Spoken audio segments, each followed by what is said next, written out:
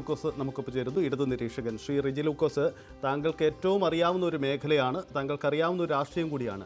കഴിഞ്ഞ ദിവസം ഈ വിഷയത്തിൽ താങ്കൾ പ്രതികരിച്ചപ്പോൾ ഈ സാധ്യത പൂർണ്ണമേ താങ്കൾ തള്ളിക്കളയുകയാണ് ചെയ്തത്. സുരേഷ് ഗോപിനെ അറിയാത്തവരാണ് ഈ രാഷ്ട്രീയം ചർച്ച ചെയ്യുന്ന നിലപാടെടുത്ത വ്യക്തിയാണ് താങ്കൾ. പക്ഷേ മോൻസ് ജോസഫ് ഇന്നലെ ജി ശ്രീജിത്തിനോട് കോട്ടയത്ത് വെച്ച് പറഞ്ഞിരിക്കുന്നു, ഈ സാധ്യത ഞങ്ങൾ തള്ളുന്നില്ല എന്ന കാര്യം. പക്ഷേ മോൻസ് ജോസഫ് അദ്ദേഹത്തിൻ്റെ വരികൾക്കിടയിൽ കൃത്യമായി പറയുന്ന ഒരു കാര്യമുണ്ട്, പൂർണ്ണമായി UDFിലേക്ക് അദ്ദേഹത്തെ സ്വാഗതം ചെയ്യുന്നു എന്നതാണ്. അനൗദ്യോഗികമായ ചർച്ചകൾ നടന്നു എന്ന കൃത്യമായ വിവരമാണ് ഞങ്ങളുടെ ഈ വാർത്തയ്ക്ക് അടിസ്ഥാനം. താങ്കൾ പ്രതീക്ഷിക്കുന്നുണ്ടോ ഈ രാഷ്ട്രീയ നീക്കം?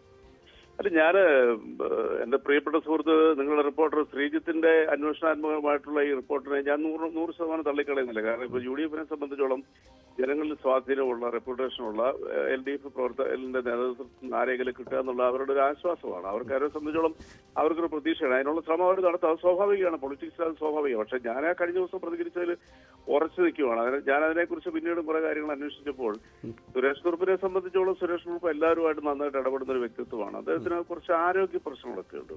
ഇതുവരെ താൻ ഉയർത്തിപ്പിടിച്ചിരുന്ന രാഷ്ട്രീയത്തിൽ നിന്നും ഇത്രയും കാലത്തെ ആ രാഷ്ട്രീയ പ്രവർത്തനത്തിനെ മറന്നുകൊണ്ട് അദ്ദേഹം മറ്റൊരു നീക്കത്തിലേക്ക് പോയില്ല എന്നുള്ള എന്റെ നിലപാട് ഞാൻ വളരെ സ്ട്രോങ് ആയിട്ട് ഇതിൽ ആവർത്തിക്കുന്നു. രണ്ടാമത്തെ പ്രത്യേകത എന്ന് വെച്ചാൽ ബഹുമാനപ്പെട്ട മോൻസ് ജോസഫ് MLA സ്വാഭാവികമായിട്ട് അത് പ്രതീക്ഷിക്കും. കാരണം കടുത്തുരുത്തി എന്ന് പറയുന്ന നിയോജകമണ്ഡലം ഏറ്റുമാനൂർ നിയോജകമണ്ഡലത്തിന്റെ അതിർത്തി പങ്കിടുന്നതാണ്. ഞാൻ ആ അതിർത്തിയിൽ ജീവിക്കുന്നതാണ്. അവിടെ എനിക്ക് രാഷ്ട്രീയം നന്നായിട്ട് ഒരു പരിധിവരെ അറിയാം. അദ്ദേഹത്തിനെ സംബന്ധിച്ചോളം അദ്ദേഹത്തിന്റെ വിജയസാധ്യത വർദ്ധിപ്പിക്കുന്നതിന് പോലും ഇദ്ദേഹത്തിന്റെ വരവ് ഗുണം ചെയ്യുന്ന അദ്ദേഹത്തിനറിയാം. അത് ഏറ്റവും കാര്യമായ ഗുണം ചെയ്യുന്ന ഒരു പക്ഷേ അദ്ദേഹത്തിനായിരിക്കും. കാരണം അദ്ദേഹത്തിന്റെ നില പോലും അടുത്ത തവണ ജയിക്കുന്നുള്ള കാര്യത്തിൽ വലിയ ഉറപ്പൊന്നുമില്ല. കടുത്തുരുത്തി മാറി ചിന്തിക്കും എന്ന കാര്യത്തിൽ പിന്നെ ആ കടുത്തുരുത്തി മണ്ഡലത്തിൽ ജീവിക്കുക, അവിടെ പ്രവർത്തിക്കുക, രാഷ്ട്രീയ പ്രവർത്തനം നടത്തുന്ന ഞങ്ങളെപ്പോലുള്ളവർക്ക് ഇപ്പോൾ ഏതാണ്ട് മനസ്സിലായി കഴിഞ്ഞു. കാരണം ഈ കടുത്തുരുത്തി നിയോജകമണ്ഡലം വളരെ വികസനത്തിൽ വളരെ പുറകില്ല. ജനങ്ങൾ അതെല്ലാം തിരിച്ചറിഞ്ഞു. അപ്പൊ അതുകൊണ്ട് വിജയിക്കാൻ വേണ്ടി സുരേഷ് കുറുപ്പ് എത്തിയാൽ അതിന്റെ റിഫ്ലക്ഷൻ അവിടെ ഉണ്ടാവുന്ന പ്രതീക്ഷ അദ്ദേഹം വെച്ചു പുലർത്തുന്നത് തെറ്റുന്നില്ല. പക്ഷേ ഇതിനകത്ത് ഏറ്റവും പ്രധാനപ്പെട്ട കാര്യം എന്താണെന്നറിയോ? ഇതൊന്നുമല്ല. ഏറ്റുമാനൂർ നിയോജകമണ്ഡലം എന്ന് പറയുന്നത് നിയോജകമണ്ഡലത്തിലെ പ്രതിനിധീകരിക്കുന്നത് കേരളത്തിന്റെ പിന്നെ നമ്മുടെ റവന്യൂ നമ്മുടെ ദേവസ്വം സഹകരണ മന്ത്രിയാണ്, തുറമുഖ മന്ത്രിയായ ബഹുമാനപ്പെട്ട ശ്രീ VN വാസവൻ ഈ കഴിഞ്ഞ 4 വർഷത്തിലേറെയായി അവിടെ വളർത്തിക്കൊണ്ടുവരുന്ന അദ്ദേഹത്തിന്റെ പ്രവർത്തനങ്ങളും അദ്ദേഹത്തിന്റെ വികസന പ്രവർത്തനങ്ങളും ജനങ്ങളുമായിട്ടുള്ള ഇടപെടലും എല്ലാ മേഖലകളിലും ഉള്ള അദ്ദേഹത്തിന്റെ കൈ ഒപ്പ് ചാർത്തുന്നതും അനുസരിച്ച് നമ്മൾ വീക്ഷിക്കുകയാണെങ്കിൽ അദ്ദേഹത്തിനെ അവിടെ പരാജയപ്പെടുത്തുക അസാധ്യമാണ്. ഒരു കാരണവശാലും ഏറ്റവും നിയോജകമണ്ഡലത്തിൽ ബഹുമാനപ്പെട്ട VN വാസവൻ പരാജയപ്പെടുത്തില്ല. കഴിഞ്ഞ തവണ അദ്ദേഹത്തിന് 15,000 വോട്ടായിരുന്നു അദ്ദേഹത്തിന് ഭൂരിപക്ഷം കിട്ടിയത്. ഇതോടെ അതിന്റെ ഇരട്ടിയിൽ അദ്ദേഹം കിട്ടി. കാരണം VN വാസവൻ എന്ന് പറയുന്ന MLA പ്രതിനിധി ഏറ്റുമാനൂർ നിയോജകമണ്ഡലത്തിൽ കാഴ്ചവെച്ചിരിക്കുന്ന വികസന പ്രവർത്തനങ്ങൾ നിങ്ങൾക്ക് നിങ്ങളുടെ ലേഖകൻ ശ്രീജിത്തിനോട് പറഞ്ഞു, അത് വിഷ്വലായിട്ട് കാണാൻ പറ്റും. ഇപ്പൊ ഇതാ ഏറ്റുമാനൂർ നിയോജകമണ്ഡലത്തിൽ പുതിയ റിംഗ് റോഡ് കൊണ്ടുവരുന്ന ശ്രമങ്ങൾ തുടങ്ങി. റജി ലൂക്കോസ്, അതൊന്നും നമുക്ക് തർക്ക വിഷയമല്ല. അതിലേക്ക് നമ്മൾ വിഷയം മറന്നുമില്ല. ഞാൻ ഒരു കാര്യം കൂടി ചോദിച്ചുകൊള്ളട്ടെ. താങ്കൾക്കറിയാം സുരേഷ് കുറുപ്പ് ഒരുപക്ഷെ നിലപാട് മാറില്ല എന്ന് താങ്കൾ ഉറച്ചു വിശ്വസിക്കുന്നു. ഒരുപക്ഷെ രാഷ്ട്രീയവും സുരേഷ് കുറുപ്പിന്റെ നിലപാടും അതാവാം. ഞങ്ങൾ ആ വാർത്തയിൽ അതിനെ പരാമർശിക്കാൻ ശ്രമിക്കുന്നുമില്ല. മറിച്ച് UDFിന്റെ പരിശ്രമങ്ങളും നീക്കങ്ങളുമാണ് ഞങ്ങൾ ഈ വാർത്തയിൽ ഉൾപ്പെടുത്തുന്നത്. അവിടെ ഒരു ചോദ്യം കൂടിയുള്ളത്, VN വാസവനെതിരെ സുരേഷ് കുറുപ്പിനെ കളത്തിലിറക്കാൻ UDF ശ്രമിക്കുന്നതിൻ്റെ രാഷ്ട്രീയം എന്താണ്? യഥാർത്ഥത്തിൽ ഈ സുരേഷ് കുറുപ്പും വാസവനും തമ്മിൽ CPMനകത്ത് നമുക്കറിയാം സുരേഷ് കുറുപ്പും നേതൃത്വവുമായി ചില ഭിന്നതകളും ചില അഭിപ്രായ വ്യത്യാസങ്ങളുണ്ട്. അത് അദ്ദേഹം ചില ഘട്ടങ്ങളിലെങ്കിലും തുറന്നു പറഞ്ഞിട്ടുമുണ്ട്.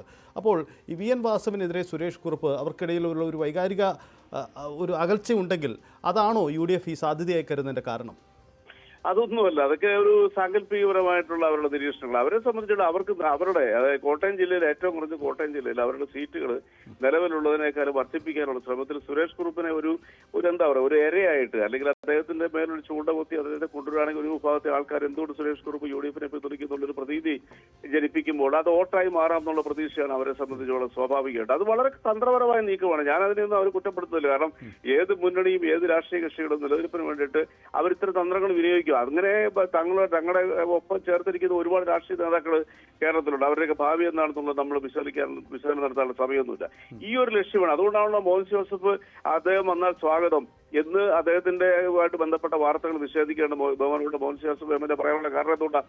കാരണം സുരേഷ് കുറുപ്പ് എന്ന് പറയുന്ന വളരെയധികം ജനങ്ങളിൽ സ്വാധീനമുള്ള വളരെ സോഫ്റ്റ് ആയിട്ടുള്ള വർഷങ്ങളുടെ രാഷ്ട്രീയ പാരമ്പര്യമുള്ള പലതവണ ലോക്സഭയിലും 2 തവണ നിയമസഭയിലും അംഗമായിട്ടുള്ള ഒരു വിവാദവും ഇട നൽകാത്ത സുരേഷ് കുറുപ്പിനെ പോലെ ഒരാൾ UDFിലേക്ക് ചേരുകയോ അല്ലെങ്കിൽ UDFിൽ പിന്തുണ നൽകുകയോ അല്ലെങ്കിൽ UDF ചേരിയിൽ നിന്നുകൊണ്ട് തന്നെ മത്സരിക്കുകയും ചെയ്യാൻ ഒരു സാധ്യത ഉണ്ടായാൽ അത് മറ്റു സ്ഥലങ്ങളിൽ റിഫ്ലക്ട് ചെയ്യുന്നുള്ള മോഹമാണ് അവരെ കൊണ്ട് ഈ കാര്യങ്ങൾ നീക്കുന്നതിന് അവരെ പ്രേരിപ്പിക്കുന്നത്. അതാണ് അതിന്റെ വസ്തുത.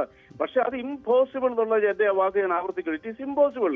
കാരണം സുരേഷ് കുറുപ്പ് എന്ന് പറഞ്ഞ വ്യക്തിത്വം കേരള രാഷ്ട്രീയത്തിലെ വേറിട്ടൊരു വ്യക്തിത്വമാണ്. അത് നിങ്ങൾ മനസ്സിലാക്കണേ. SFIയിലൂടെ വന്ന് കേരള യൂണിവേഴ്സിറ്റിയിൽ ആദ്യത്തെ SFIയുടെ ചെയർമാനായി, യൂണിവേഴ്സിറ്റി യൂണിയൻ ചെയർമാനായി, പിന്നീട് ലോക്സഭയിൽ തന്റെ 28ാമത്തെ വയസ്സിൽ ലോക്സഭയിലെത്തി. ലോക്സഭയിലെ ഏറ്റവും മിടുക്കനായ MBA രാജീവ് ഗാന്ധി അന്ന് അവിടെ അദ്ദേഹത്തിന് ലോക്സഭയിൽ പരസ്യമായിട്ട് പറഞ്ഞത് ഉൾപ്പെടെ ഇങ്ങോട്ടുള്ള അദ്ദേഹത്തിന്റെ ചരിത്രം നോക്കിയാൽ കേരള രാഷ്ട്രീയത്തിലെ ഒരു മോഡൽ രാഷ്ട്രീയക്കാരനാണ് സുരേഷ് കുറുപ്പ്. അങ്ങനെ ഒരു ജനങ്ങളുടെ മുമ്പിൽ ഇതുപോലെ CPMന്റെ ഒരു നല്ല രാഷ്ട്രീയ പ്രവർത്തകൻ തന്റെ അവസാന നാമത്തിൽ ആരെങ്കിലുമായിട്ട് അഭിപ്രായ വ്യത്യാസം ഉണ്ടെന്നുള്ള പേരിൽ അദ്ദേഹം ഇങ്ങനൊരു നിലപാട് എടുക്കുക എന്ന് പറയുന്നത് അത് അദ്ദേഹത്തിന്റെ വ്യക്തിത്വമായിട്ട് നമ്മൾ താരതമ്യം ചെയ്യുമ്പോൾ ഒരിക്കലും പൊരുത്തപ്പെടത്തില്ല. എന്റെ ഒരു സുഹൃത്താണ് അദ്ദേഹം. എനിക്ക് വളരെ ഇഷ്ടമുള്ള ഒരാളാണ്, ഞങ്ങൾക്ക് എല്ലാവർക്കും. അത് പിന്നെ VN വാസവനായിട്ടുള്ള അദ്ദേഹത്തിന്റെ പടക്കത്തെ കുറിച്ച് ഒരു മറുപടി വരാം. VN വാസവനെ കുറിച്ച് അങ്ങനെ ഒരുപാട് ആരോപണങ്ങൾ രാഷ്ട്രീയ ശത്രുക്കൾ കുറെ നാളുകളായിട്ട് പറയുന്നുണ്ട്. VN വാസവൻ എന്ന് പറഞ്ഞ വ്യക്തി ഈ സുരേഷ് കുറുപ്പ് എന്ന് പറഞ്ഞ വ്യക്തിയുടെ മറ്റൊരു പതിപ്പാ. ഇത്രയ്ക്കും അറിവ്, കാര്യങ്ങൾ പഠിച്ച് കാര്യങ്ങൾ കൈകാര്യം ചെയ്യുന്നതിൽ നമ്മുടെ നിയമസഭയിലും നിയമനിർമ്മാണ സഭയിലും മന്ത്രിസഭയും ഉൾപ്പെടെ ഉള്ളിടത്തും ഇത്ര കഴിവുള്ള ഒരു മിനിസ്റ്ററുടെ പേര് പറഞ്ഞിട്ടുണ്ടെങ്കിൽ അതൊരു 10 മിനിസ്റ്റർമാരൊരാൾ, ഏറ്റവും കൂടുതൽ 5 മിനിസ്റ്റർമാരൊരാൾ VN വാസവനാണ്. VN വാസവനുമായിട്ടുള്ള പ്രവർത്തനങ്ങൾ, അദ്ദേഹത്തിന്റെ ആഴത്തിലുള്ള അറിവും എങ്ങനെയാണ് ഒരു നാടിനെ വികസിപ്പിക്കുന്നതിനുള്ള ഭാവന സമ്പന്നനായ ഒരു വ്യക്തിത്വമാണ് VN വാസവൻ. അപ്പൊ അതുകൊണ്ട് ആണ് ഞാൻ പറഞ്ഞത് അവർ തമ്മിൽ പേഴ്സണലായിട്ട് എന്തെങ്കിലും പ്രശ്നം ഉണ്ടെന്നുള്ളത് എനിക്കറിയത്തില്ല. ഞങ്ങളുടെയൊക്കെ അറിവിൽ കോട്ടയത്ത് അങ്ങനെയുള്ള വിഷയങ്ങളൊന്നുമില്ല. അത് കാരണം വ്യക്തിപരമായ വൈരാഗ്യം മനസ്സിൽ വെക്കുന്നവരല്ല ഇവർ രണ്ടുപേരും എന്നുള്ളതാണ് ഇതുവരെയുള്ള അവരെ നമ്മൾ നിരീക്ഷിക്കുമ്പോൾ മനസ്സിലാകുന്നത്. പിന്നെ പൊളിറ്റിക്സിൽ നമ്മൾ മനസ്സിലാക്കേണ്ടത് ഒരു ആളെ ഡീഗ്രേഡ് ചെയ്ത് മറ്റൊരാളെ മുമ്പോട്ട് കൊണ്ടുവരാൻ വേണ്ടിയിട്ടുള്ള ശ്രമങ്ങൾ പൊളിറ്റിക്സിലുണ്ടാവും. അത് സ്വാഭാവികമാണ്. പക്ഷെ അവരോടൊക്കെ അടുക്കുമ്പോഴറിയുന്നത് അവരൊക്കെ എത്ര മാന്യന്മാരായ രാഷ്ട്രീയക്കാരാണെന്നുള്ളത്. അതുകൊണ്ട് ആ ഒരു വിശകലനം അടിസ്ഥാനരഹിതമാണെന്ന് തന്നെ പറയുന്നതിൽ എനിക്ക് യാതൊരു തർക്കമില്ല. കാരണം തന്നെയുമല്ല, ആരോടെങ്കിലും മനസ്സിൽ നീരസം വെച്ചുകൊണ്ട് പ്രവർത്തിക്കുന്ന ഒരു വ്യക്തിത്വമല്ല സുരേഷ് കുറുപ്പ്. ഞാൻ അടിവരയിട്ട് പറയുന്നു, സുരേഷ് കുറുപ്പിനെ കുറിച്ചുള്ള ഇത്ര വിശകലനങ്ങൾ അദ്ദേഹത്തിന്റെ വ്യക്തിത്വത്തിനെതിരെയുള്ള ഒരു ചോദ്യചിഹ്നമായിട്ടാണ് മാറാൻ പോകുന്നത്. ഇതിപ്പോ ചർച്ചയാണ്. ശ്രീജിത്ത് കൊണ്ടുവന്ന ഈ വാർത്ത ഇവിടെ എല്ലാം ചർച്ചയാണ്. ഞാൻ വളരെ ഇതായിട്ട് തന്നെ ഞാൻ അംഗീകരിക്കുന്നു. ഈ നാട്ടിലുള്ള ജനങ്ങളുടെ അടുത്തൊക്കെ ഒരു സംസാരമാണ് ആ വാർത്ത, ഒരു സംസാരമാണ്.